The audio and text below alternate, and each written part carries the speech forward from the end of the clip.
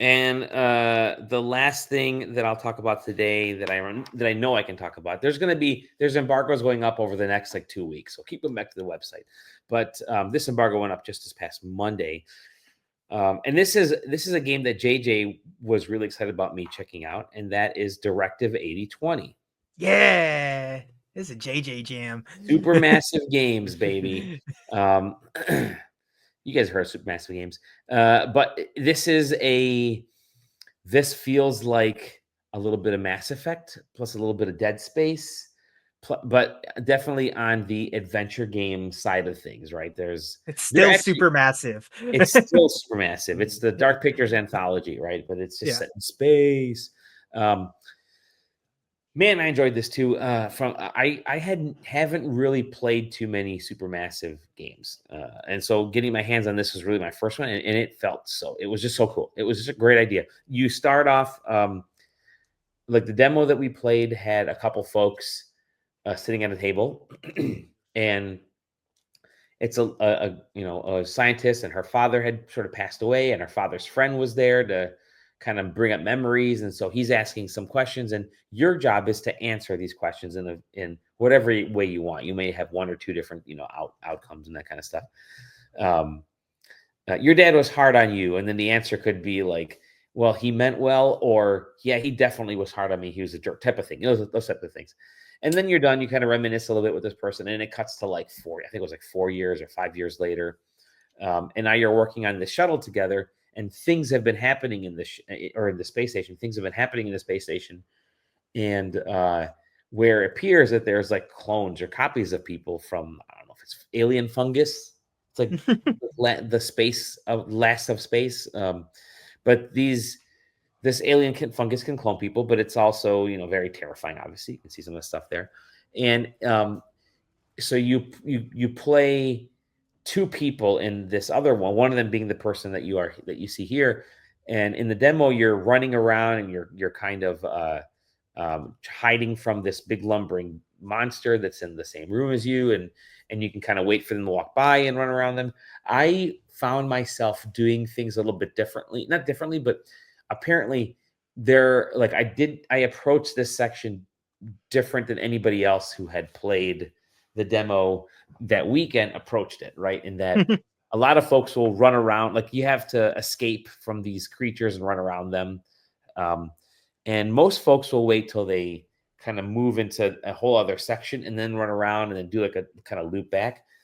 I waited until he was essentially right in front of me, and then I ran behind him, from behind him, because I figured by the time he turned around and knew it was me, I would have gained, some precious seconds to get to like a ladder or whatever. So uh, it was a cool from the standpoint that you can approach this from a bunch of different ways. And then you get to, once you escape, you have this decision. I think this demo might actually be out now on Steam, so give it a try if it is. But you get a decision. It's like, okay, um, you have a fellow astronaut or a fellow coworker here, and you can't tell if they're the actual person or if they're fake, if they're a clone, because there's a thing registering that there's a clone in the room or something. And so you can say, I will. You kind of see the scene there of the guy holding the gun, looking like he's deciding. You can say, yes, I'm going to kill him, or no, I'm going to let him survive. And depending on You're gonna start doing the thing blood test out there. You're gonna like yeah, it kind of is. Yeah, because you go through. Apparently, you'll be going through different rooms, and it'll be scanning to make sure. But the uh, the interesting part was I didn't believe that he was who he was, so I shot him. I'm like, I'm going to shoot him. I know it's a monster because he was acting a little bit on the weird side. Well, I didn't. It was a guy. I shot a guy. He way was to not a go. clone. So it's like I'm like, oh crap. So, but that changes.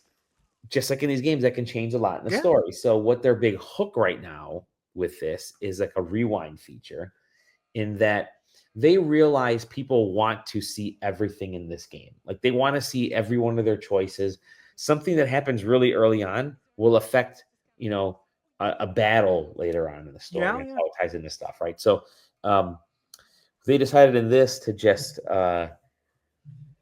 let you go back take a look and like literally rewind to like scenes, this big giant spider chart that you're presented with, you can rewind to specific scenes and play those out and try them out differently and see what your outcome would have been that time.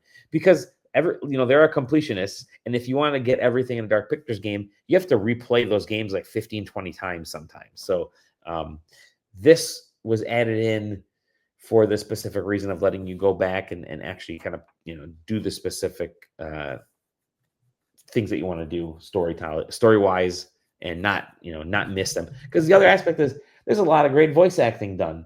And if you're just blasting through this game, you're only seeing like 30%, 15% of the actual voice acting that's been done. So I think it's a cool idea to do this rewind feature. Directive A20 looks great. It's out in just a couple months. So there is not a Steam demo. Okay, there isn't. Okay, I just looked. There doesn't seem to be. Yeah. One. Yeah, it definitely looks like they're treating this one, like, despite slapping the Dark Pictures tagline on it, it definitely feels like they're treating this one differently from the other Dark Pictures games. I feel like they've only added it to that, so it's like you have to expect some of the Supermassive stuff in this game. For sure.